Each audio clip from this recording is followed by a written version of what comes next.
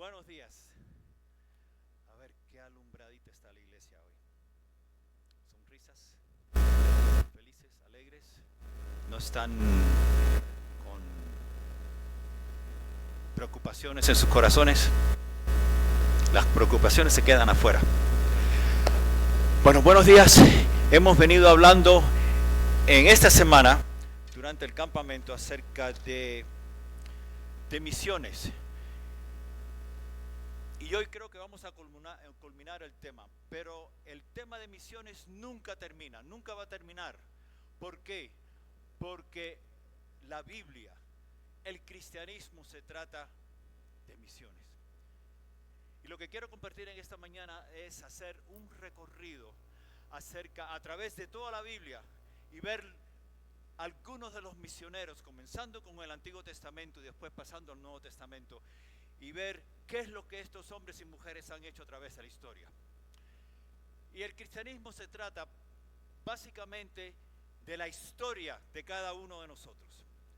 La historia, lo que vemos aquí es la historia de hombres y mujeres que han impactado este mundo. Y todo comienza con la misión de Dios, porque el concepto, la idea de misión o de misiones comienza o tiene inicio en la mente de Dios. ¿Y cómo es que comienza todo? Comienza con la creación, donde Dios decide crear un universo y dentro de ese universo crea nuestro planeta. Y dentro de este planeta, de nuestro planeta, del planeta Tierra, crea un paraíso hermoso, precioso, perfecto, donde había una armonía entre los hombres y los animales, perfecto. No había dolor, no había llanto, no había tristeza, no había discordia. Era una felicidad perfecta. Y todo comenzó muy lindo. Y miramos la misión de Dios. Qué linda, qué perfecta, qué buena. Pero agarra un camino diferente. El hombre decide desobedecer a Dios. Y ahí cambió todo. Lo que aparentaba ser algo hermoso, agarra un camino diferente, un rumbo diferente. Pero en la mente de Dios, Dios siempre tiene un plan B. Porque en Isaías 55 dice: mis pensamientos, dice Dios, no son vuestros pensamientos. Así como los cielos son más altos que la tierra, así son mis pensamientos más altos que vuestros pensamientos. Y en la mente de Dios siempre hay un plan B. Y cuando el hombre desobedece, Dios con ciertas palabras dice: no se preocupen, yo voy a enviar un Mesías, un libertador, que va a aplastarle la cabeza a la serpiente que fue la causante o el causante, Satanás, de todo el problema que se introdujo en la tierra. Pero ¿qué tuvo que hacer Dios? Los expulsó de este paraíso hermoso, Adán y a Eva. Y estando fuera del paraíso, Adán y Eva tienen dos hijos, Caín y Abel. Y un día estos dos hermanos están en el campo y comete Caín el primer asesinato en la historia. La historia agarra otra vez el rumbo equivocado. Caín mata a su hermano. Y la historia continúa y la maldad se multiplica sobre la faz de la tierra. Y Dios mira y ve que el hombre continuaba iba de mal en peor. Y Dios mira y dice: eso no está funcionando.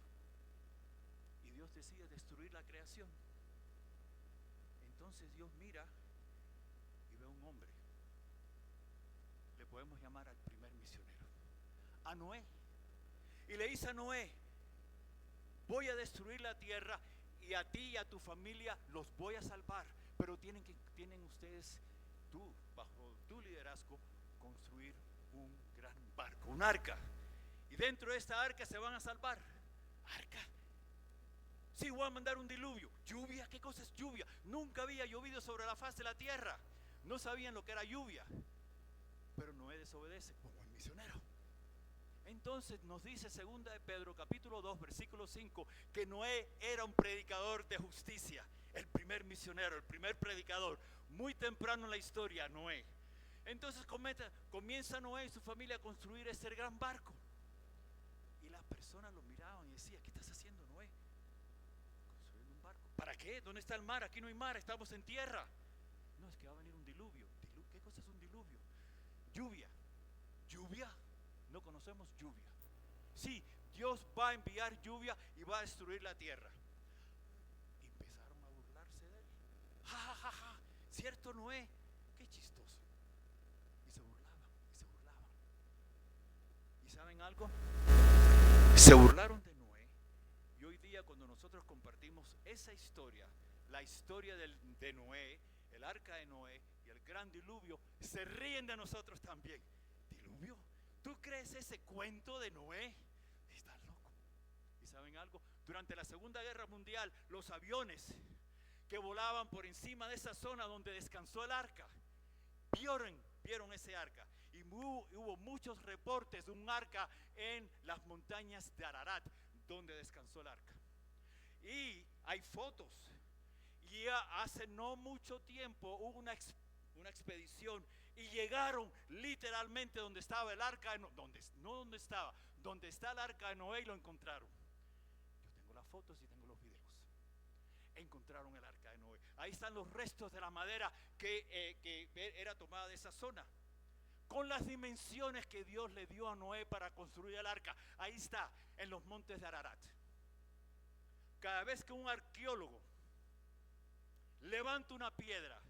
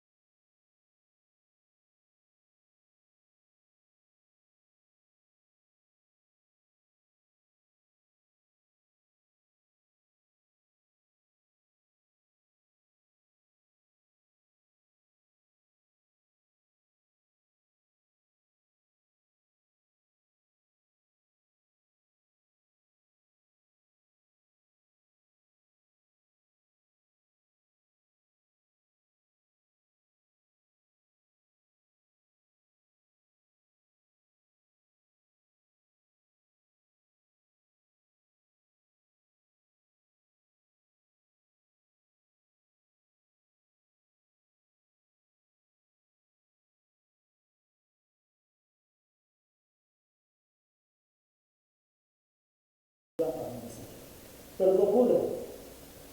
Pasan los años y la descendencia, los hijos de Abraham, deciden irse ahí, su descendencia, porque había escasez de alimentos.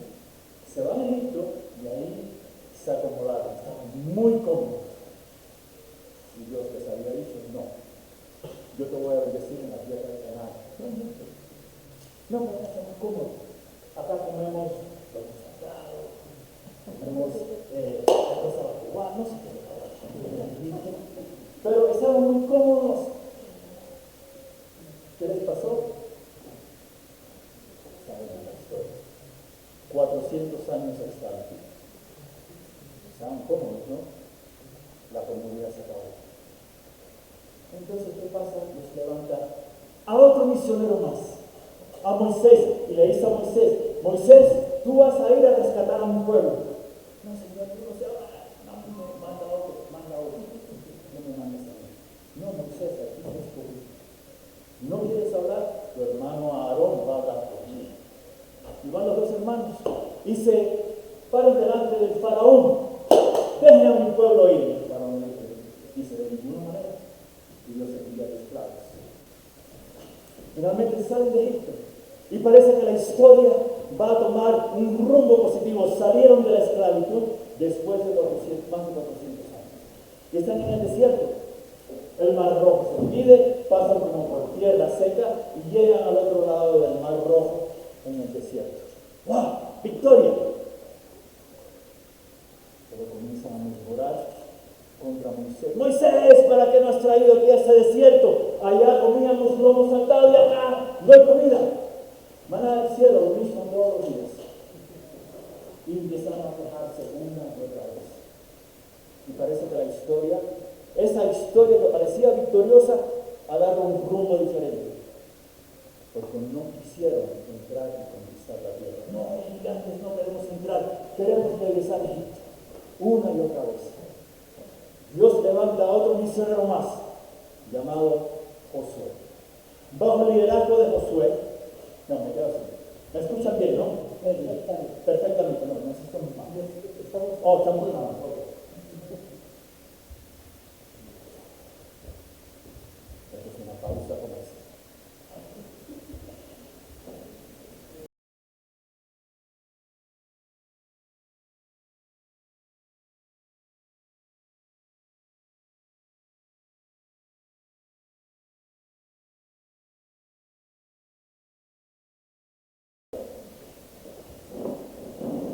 Dios levanta al siguiente misionero, Josué.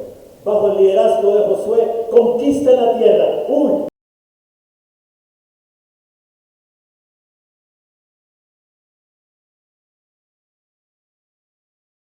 Ocurre, se olvidan de Dios otra vez más. Se regresan a adorar ídolos.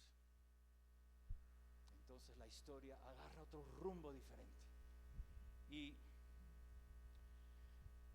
Dios tiene que levantar a otros misioneros más. Estando ahí dentro de la tierra, Dios levanta a misioneros en forma de libertadores. Porque como abandonan al Dios Israel y se van a adorar a otros dioses, otra vez más caen en esclavitud. La historia se repite.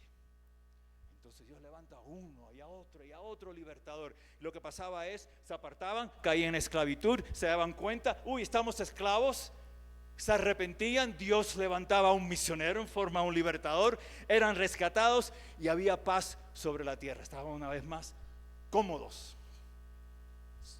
Y después de la comodidad, lo que hace el ser humano es que se olvida del Dios que lo rescató. Y abandonan a Dios y se van tras otros dioses. Otra vez más en esclavitud. Esto ocurre 7 veces en el libro de Jueces. El mismo ciclo. Pecaban, esclavos, se arrepentían, Dios levantaba un libertador y había paz. Y así este ciclo ocurre 7 veces en el libro de Jueces. El libro de Jueces concluye con la siguiente frase. En aquellos días no había rey en Israel y cada cual hacía lo que bien le parecía. Continuamos con la historia. Dios levanta a otro hombre, el profeta Samuel. Y Samuel tenía las cosas bajo control por un tiempo, pero entonces el pueblo viene a Samuel. Samuel, queremos un rey. ¿Un rey? No saben lo que están pidiendo ustedes. No, queremos ser como las otras todas las naciones tienen rey. Queremos un rey, queremos ser como ellos. No saben lo que están pidiendo. Les va a ir mal. ¿Quieren rey? Les voy a dar un rey. Y les da el primer rey que tuvo Israel. ¿Cómo se llamó? Saúl. Y Saúl fue un desastre. Dios levanta al siguiente rey, el rey David, un hombre tras el corazón de Dios. Después tenemos a Salomón, un hombre con mucha sabiduría que nos dejó el libro de Proverbios, un libro con mucha sabiduría, el libro de Eclesiastés y el libro de Cantar de Cantares. Como buen misionero. Pero Salomón tenía un problema y también construyó el templo, el famoso templo de Salomón, precioso. Pero Salomón tenía un problema. ¿Qué problema tenía Salomón? Le gustaban las mujeres. Y esa fue su Por eso es que decimos que Salomón tenía medio corazón para Dios. Estaba con un pie aquí y un pie allá. Bueno, continuamos con la historia. Su hijo, el próximo rey, va y consulta a los jóvenes: ¿qué debo hacer con este pueblo? Y sigue el consejo de los jóvenes en lugar de seguir el consejo de los sabios. ¿Y los jóvenes? ¿Qué saben los jóvenes? Se los voy a decir bajito para que no me escuchen. Los jóvenes saben lo que saben, nada. Porque necesitan aprender de los sabios, de los que han pasado por esa onda ya, por ese camino. Y a veces los jóvenes se piensan que se la saben todo, como le pasó al hijo de Salomón, Rehoboam. Entonces, ¿qué es lo que pasa? Al seguir el consejo de los jóvenes, él les aumenta los impuestos al pueblo. El pueblo dijo: de ninguna manera, nos vamos a buscar nuestro rey y nos vamos hacia el norte. Y el país se divide en dos: el rey del norte o el reino del norte y el reino del sur. Desde este momento hasta la venida de Cristo, Israel tuvo 19 reyes en el norte y 20 reyes en el sur. En el norte no hubo ni un solo rey bueno, y en el sur, de los 20 reyes, 8. En total 39 reyes, solamente 8 reyes fueron reyes buenos que buscaron el corazón de Dios, buscaron agradar a Dios.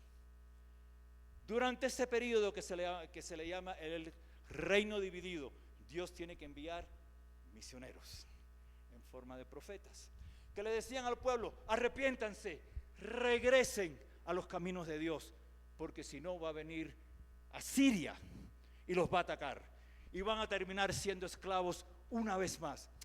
¿Qué estás hablando? Tonterías. No escucharon.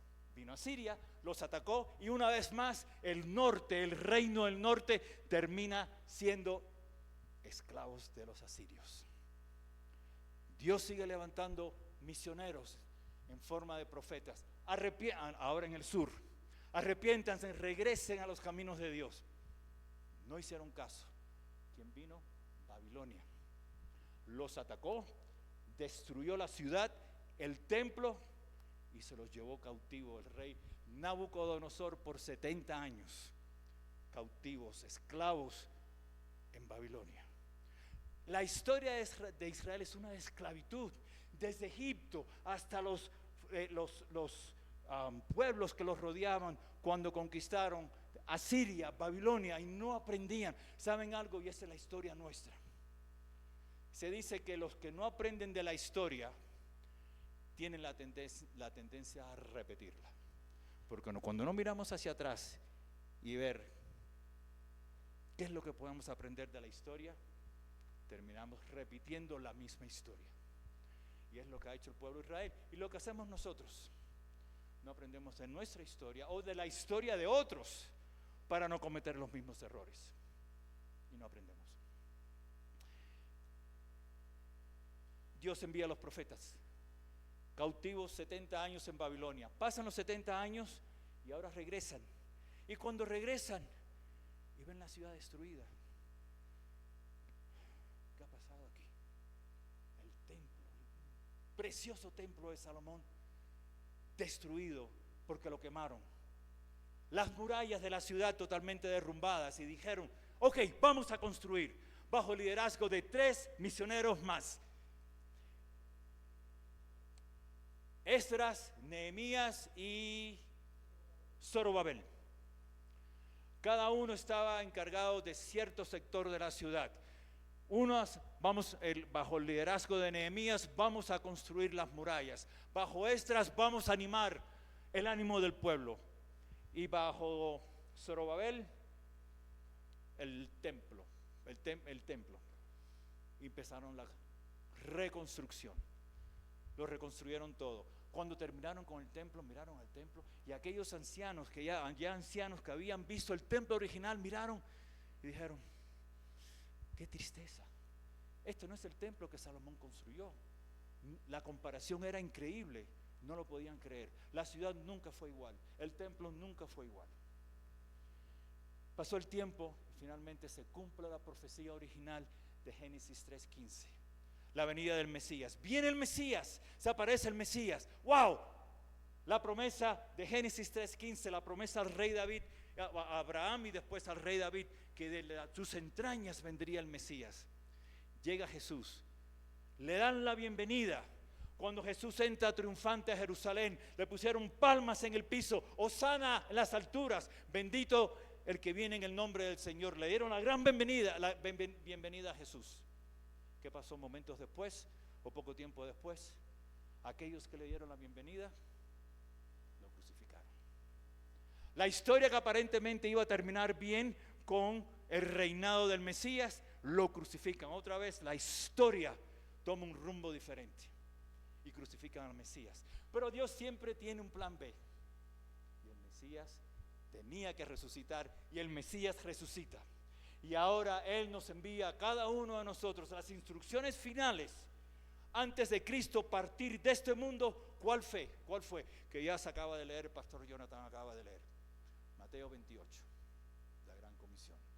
Por tanto, id, vayan y hagan discípulos a todas las naciones, bautizándolos en el nombre del Padre y del Hijo y del Espíritu Santo. Y he aquí, yo estoy con vosotros todos los días, enseñándoles que guarden todo lo que yo he mandado.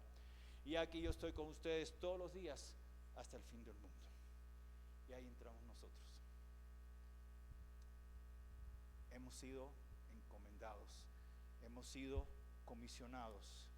Y tenemos una gran lista de testigos, que la lista se encuentra en Hebreos capítulo 11, la gran lista de héroes de la fe, que sería la gran lista de los misioneros de la antigüedad.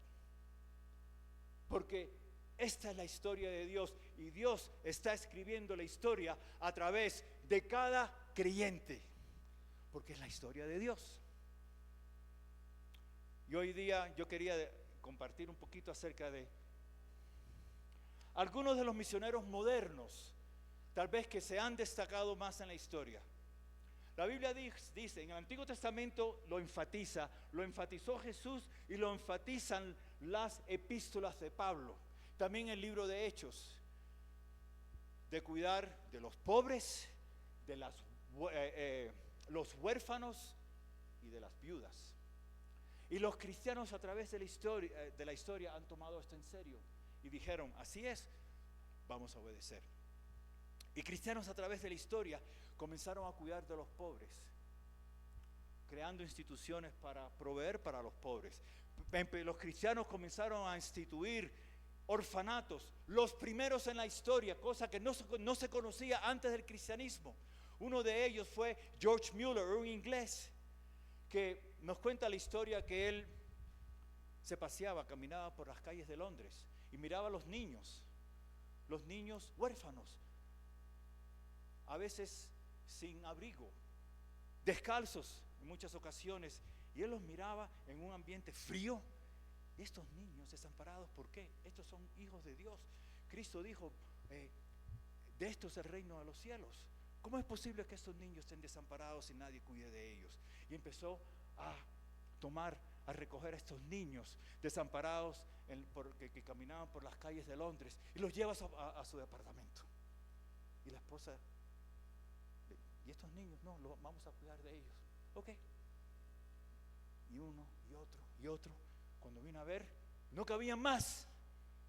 Y la esposa le dice, George, ya no caben más. ¿Qué vamos a hacer? Vamos a alquilar otro, el del enfrente, vamos a alquilarlo y vamos a llenarlo de niños. Y así hace. Y uno y otro, terminó que era construyendo un edificio enorme. Y fue un gran orfanato. Por ahí pasaron miles de niños. Y él proveyó para su vestimenta, su calzado, alimento y una educación bíblica. Nos cuenta la historia. Un hombre que no le pidió, él no tenía dinero y nunca le pidió un centavo a nadie, porque él decía, estos niños son hijos de Dios, y si son hijos de Dios, Dios va a proveer para ellos. Y a George Mueller se le llama el apóstol de la fe, porque era un hombre de oración, un hombre que se arrodillaba al pie de su cama y oraba, Señor, te pido por estos niños, provee para ellos, que eran cientos de niños que había que proveer alimento cada día. ¿Y de dónde va a venir? Hay muchos ejemplos de cómo Dios proveía leche, pan, alimentos cada día. Otro hombre llamado William Tyndale, otro inglés, que en el siglo XVI era ilegal poseer una Biblia en inglés, solamente existía en latín. Él dijo, nosotros no entendemos latín, la Biblia necesita ser traducida al idioma del pueblo, al inglés. Y comenzó, ya la imprenta se había inventado, comienzan a traducir la Biblia, a imprimir Biblias en inglés y a repartir las Biblias, y era ilegal, y comienzan a perseguirlo. Y él huye a Francia y continúa imprimiendo Biblias y las enviaba a Inglaterra clandestinamente. Decide regresar a Inglaterra, y habiendo regresado a Inglaterra se enteran las autoridades que él había regresado y empiezan a perseguirlo una vez más. Y él huye de pueblo en pueblo, de pueblo en pueblo, hasta que finalmente lo capturan y lo condenan a ser quemado en la hoguera. Y ahí está William Tyndale siendo quemado en la hoguera. Su última oración que registra la historia fue: Señor, te pido que cambies el corazón del rey para que permita que Biblias fuesen impresas en el inglés. Y lo quemaron. 2 años después, esta oración fue contestada y las leyes cambiaron, y el rey permitió que las Biblias fuesen impresas en el inglés. Esta es la historia de otro misionero más, William Tyndale.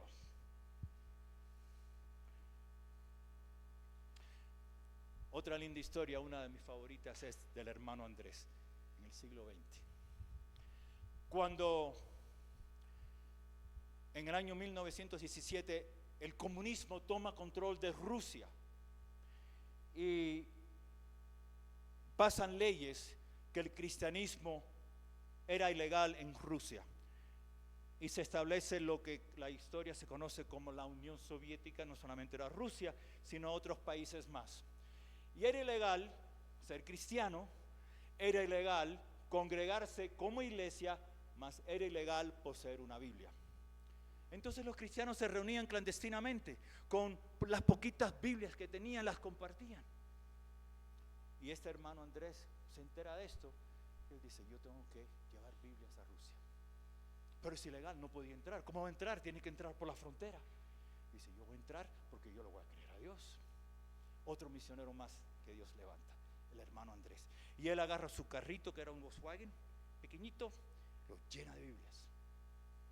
Y él le dice: Señor, te pido que ciegues los ojos de los guardias en la frontera y que yo pueda pasar con todas estas Biblias.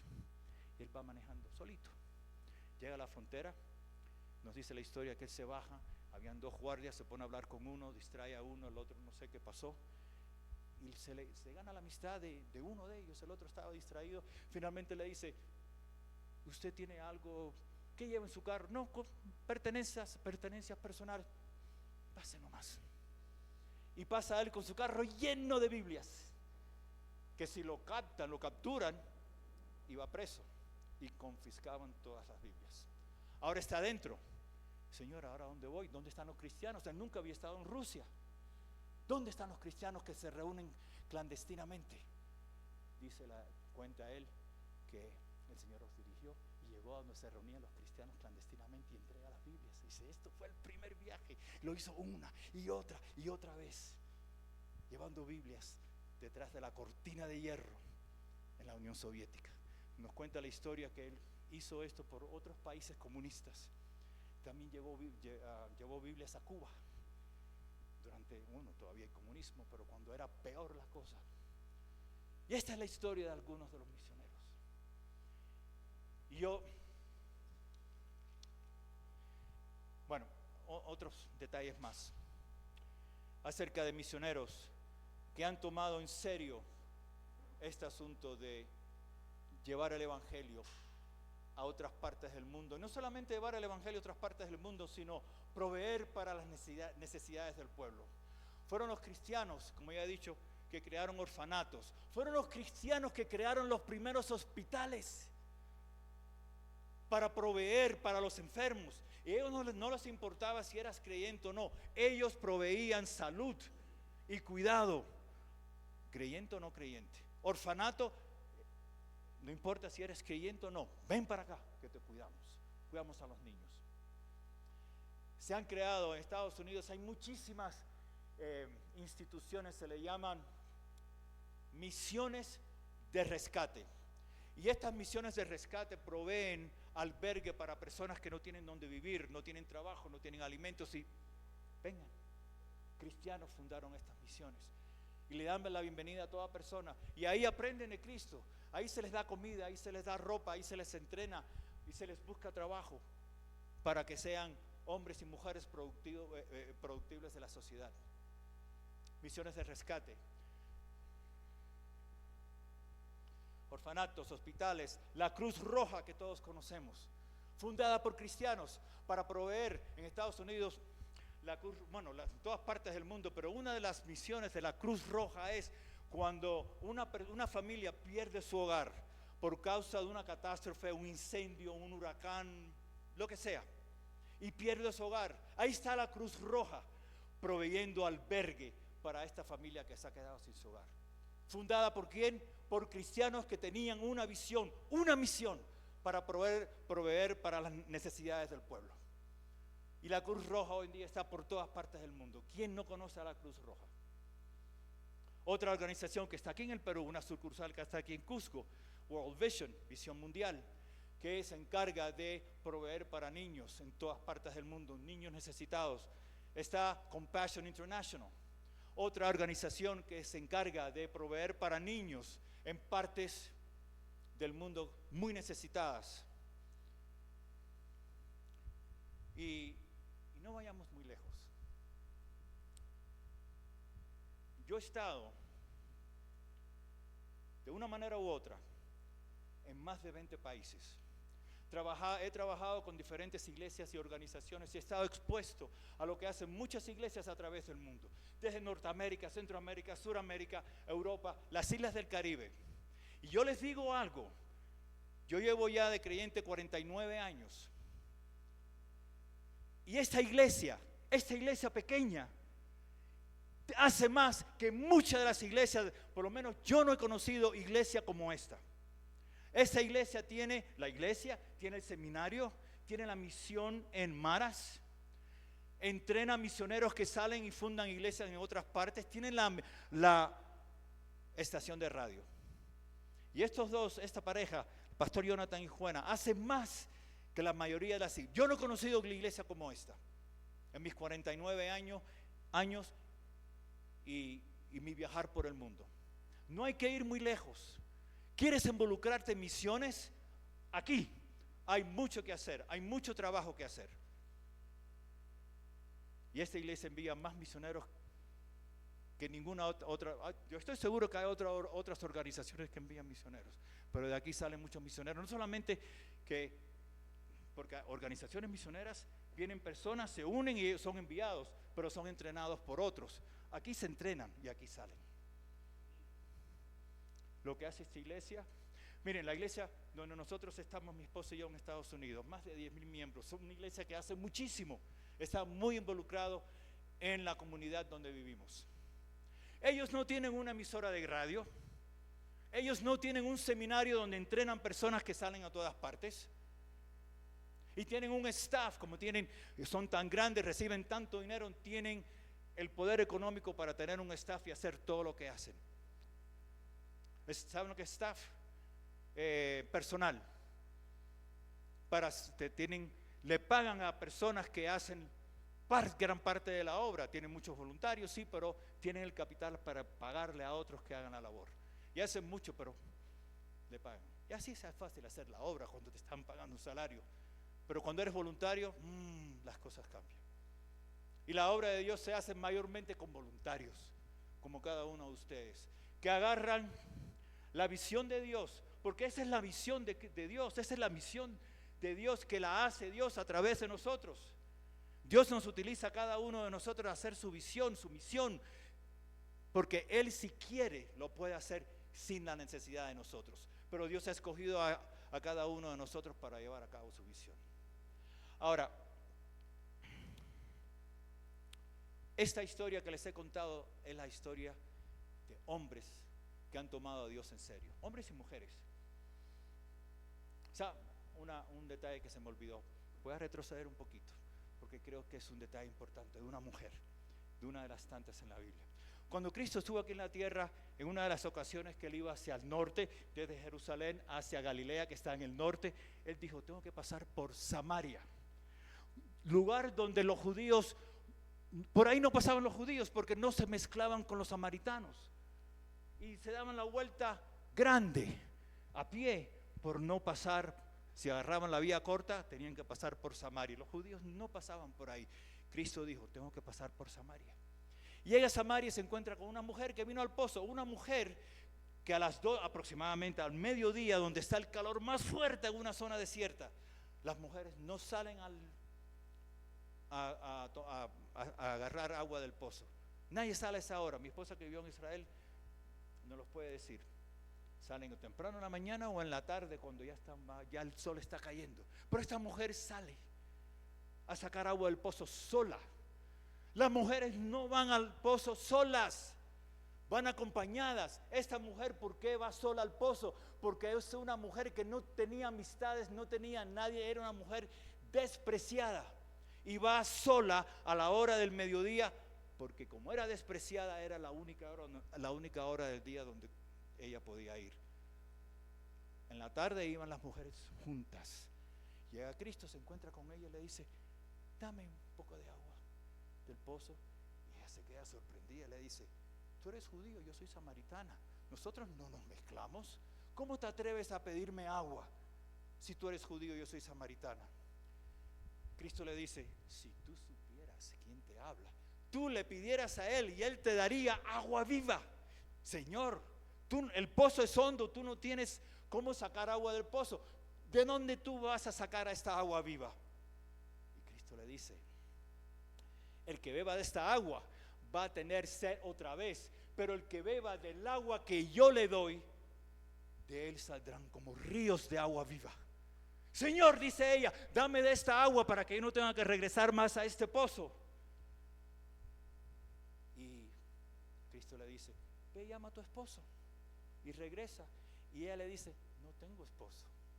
Cristo le dice: has contestado ciertamente que no tienes esposo, porque has tenido 5. El que tienes ahora no es tu esposo. Veo que tú eres un profeta, dice ella. Y añade: yo sé que el Mesías viene, y cuando Él venga nos va a revelar todas las cosas. Y Cristo le dice: con quien tú hablas, ese es Él, yo soy el Mesías. Sale corriendo ella, se va a la aldea, le dice: vengan a ver la persona que me ha contado toda mi vida. Y una mujer despreciada, que ha tenido 5 maridos, estaba viviendo con alguien que no era su marido, convence a toda una aldea y vienen a ver a Cristo. Y una mujer despreciada, otra misionera, alcanza toda una aldea para Cristo. Y vinieron a ver a Cristo y le pidieron: quédate con nosotros un par de días. Y Cristo se quedó con ellos un par de días. Interesante las cosas que pasan. Entonces, para terminar, cada uno de nosotros tenemos una historia que se está desarrollando, se está desenvolviendo. Yo miro mi vida atrás.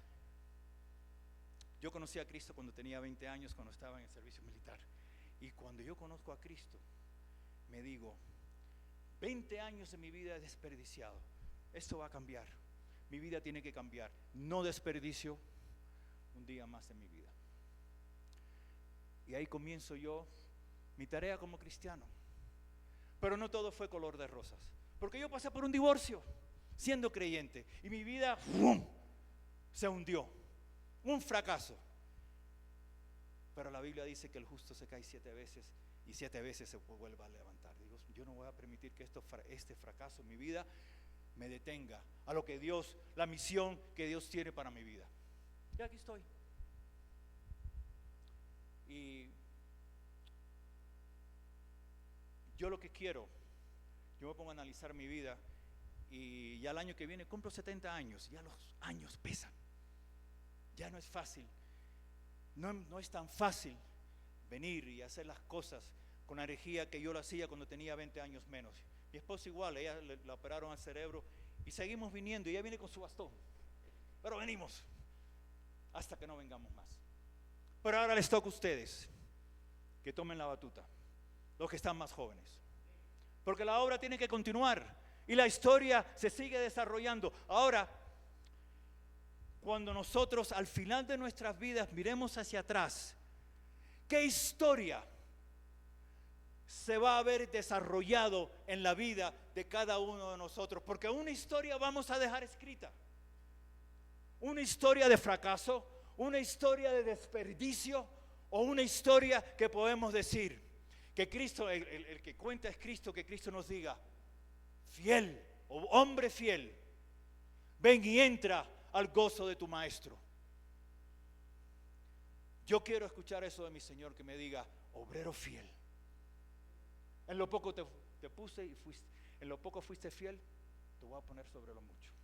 Y es una historia que se está desarrollando en la vida de cada uno de nosotros. ¿Cuál va a ser nuestra historia? Y requiere sacrificio, requiere trabajo, requiere tiempo. Cristo dijo, el que ame su vida, la va a perder. Porque la pierde en esta vida, el que la ama la va a perder. Y el que la pierda en esta vida, lo que viene en la próxima es muchísimo mejor. Sacrificamos un poco acá para algo que viene más allá, en la ciudad celestial. Lo que Dios crea al comienzo, ese paraíso tan precioso que Él hace al comienzo, que aparentemente fue un fracaso, va a ser restaurado, donde va a haber gozo, armonía. El pecado va a ser eliminado. Ya no va, dice el libro de Apocalipsis, que ya no va a haber más llanto, ni clamor, ni dolor, porque las primeras cosas pasaron. Y nosotros vivimos a la luz de la próxima vida. Sócrates, que no era creyente, dijo, esta vida no es más que un ensayo para la próxima. Él entendía algo, que la muerte no puede ser el fin, porque Dios ha puesto eternidad en nuestros corazones. Y si Dios ha puesto un añoro de eternidad, de lo eterno, si está ahí ese anhelo, es que existe. Y es la ciudad celestial, la próxima vida. Y vivimos a la luz de esa vida. Porque si no, como dijo alguien hace muchos años, una vida que pronto pasará. Solo lo que haces por Cristo, eso quedará, porque lo demás será quemado. Eso es lo que nos dicen las Escrituras. O es cierto o no lo es tan simple como eso. Vamos a suponer que todo lo que creemos es una mentira. Supongamos que nada es cierto.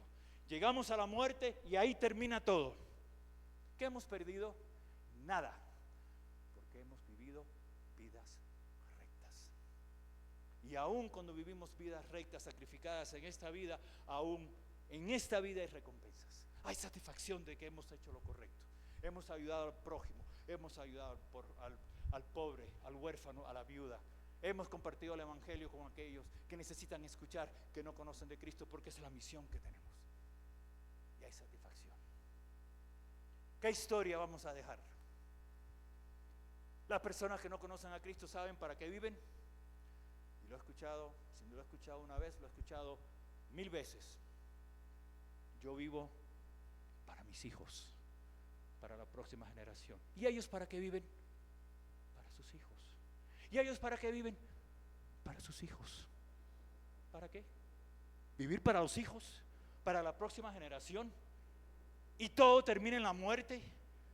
Porque si no hay un más allá, si no hay una vida, una ciudad celestial, todo, como dijo Salomón en el libro de Eclesiastés, todo es vanidad.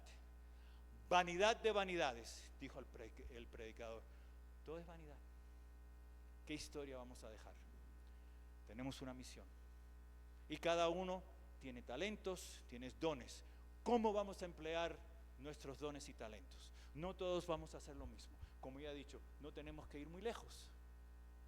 Hablen con el pastor Jonathan, Juana, los que están aquí. Esta iglesia hace más que ninguna otra iglesia que yo he experimentado, que yo he tenido contacto, con quien he tenido contacto. y muchas, como dije, de mi iglesia allá donde participamos ahora, que era una iglesia pequeña, y dijeron, vamos a salir,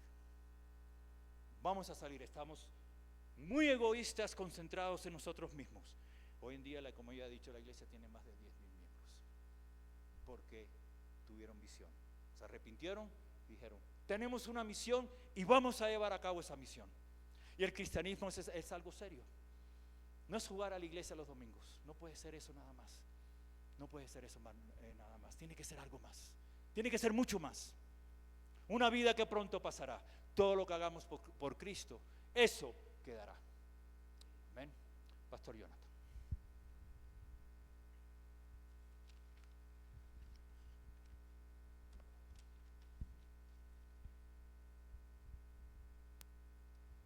Nos ponemos de pie, por favor. Hoy nuestro hermano David nos ha hecho un resumen bien nutrido de el Antiguo Testamento. Y hemos escuchado acerca de misioneros desde antes, tiempos en el Nuevo Testamento y tiempos hoy. La pregunta es esta: ¿qué vamos a hacer nosotros en esa línea? ¿Cómo vamos a encargar eso a los demás? Así que cada uno tiene una responsabilidad. Y es muy cierto, algo que en esta semana escuchamos. No me puse a pensar en eso, pero me hizo reflexionar. ¿Cuántas veces ha ido el pastor al trabajo de cada uno? Nunca. Tal vez nunca voy a ir. ¿O cuántas veces ha ido el hermano tal a orar contigo al trabajo o al centro de estudios, a la universidad? Nunca va a ir. Pero por eso estás tú, para que tú puedas hacer ese trabajo que otros tal vez no pueden llegar, ¿no? Tal vez podemos visitar a las casas y estar en las casas de tanto en tanto, pero hasta ahí llegamos. Cuando hay reuniones, no sé, en el colegio con con los padres de los compañeros de nuestros hijos, ahí alguien seguramente tiene que alumbrar. Ahí nunca va a llegar un pastor, nunca va a llegar un predicador, pero vas a llegar tú a esos lugares, ¿no? Cuando, Irving, te vayas allá a los hoteles trabajando, tal vez nunca llegue alguien a predicar. Cuando estés en la universidad, tal vez nunca va a llegar un predicador, ¿no? En nuestro trabajo, pero ahí estás llegando tú, así que tú eres el que vas a cumplir esa tarea. Esa es un poco la idea de por qué estamos aquí. Eso es lo que nos motiva a hacer este campamento. No es juntar chicos ahí, darles algo que jueguen. Eso hacen instituciones y lo hacen bien, y la verdad mejor que nosotros. Pero plantarles la idea de hacer misiones, eso nos tenemos que encargar. Por eso juntamos recursos, y ustedes, los que están aquí, han participado haciendo todo lo que se ha podido.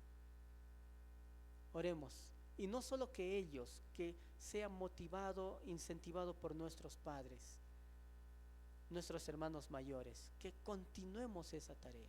Hoy conocemos el Evangelio porque hubieron misioneros y han traído el Evangelio hasta aquí. Y lo han traído de buena forma. Nosotros tenemos que transmitir eso a los colegios, escuelas, hospitales, cárceles, que todavía no estamos llegando. Oremos juntos. Señor, te damos gracias. Gracias por el mensaje que podemos pensar, escuchar. Un Abraham tuvo que salir. Un Noé tuvo que comerse las risas de la gente cuando le decían: eres un loco que estás ahí construyendo un barco donde ni siquiera hay agua. Señor, un José cuando tuvo que negarse a las yo diría apetencias que trae la vida. Señor, gente imperfecta que al fin y al cabo cumplieron un propósito. Señor, que dentro de sus fracasos cumplieron un propósito también. Un hombre tal vez como Salomón, Señor, un hombre como Esdras, hombres que estuvieron allí, Señor, que no eran bien calificados, tal vez como Pedro. Así somos nosotros, no tenemos una alta calificación, pero Dios, que tú nos utilices. Usa a nuestros hijos, usa a nuestros nietos, usa a los que están, Señor, para transmitir este evangelio, el cual nos ha traído salvación y vida eterna. ¿Cómo no lo vamos a llevar a otros? Dios, así lo que tenemos, lo que somos, nuestros sueños y aspiraciones nos lleven a eso. Te damos gracias, Señor, por esta semana que ha sido buena. Creemos que hemos empezado un poco a transmitir, Señor, ese mensaje. No sé si decir esa posta a una siguiente generación, pero esa es la idea, esa es la intención. No vamos a estar aquí, Señor, por mucho tiempo, pero estando aquí, Señor, hasta donde nos dé la vida, vamos a hacer el trabajo, Señor, transmitiendo a los jóvenes, que son los que tienen que tomar la batuta. Te damos gracias en el nombre de Cristo Jesús. Gracias por todos los que han contribuido, Señor, haciendo mucho, Señor, con sus oraciones, contribuyendo activamente aquí también, Señor. Gracias te damos por cada uno de ellos.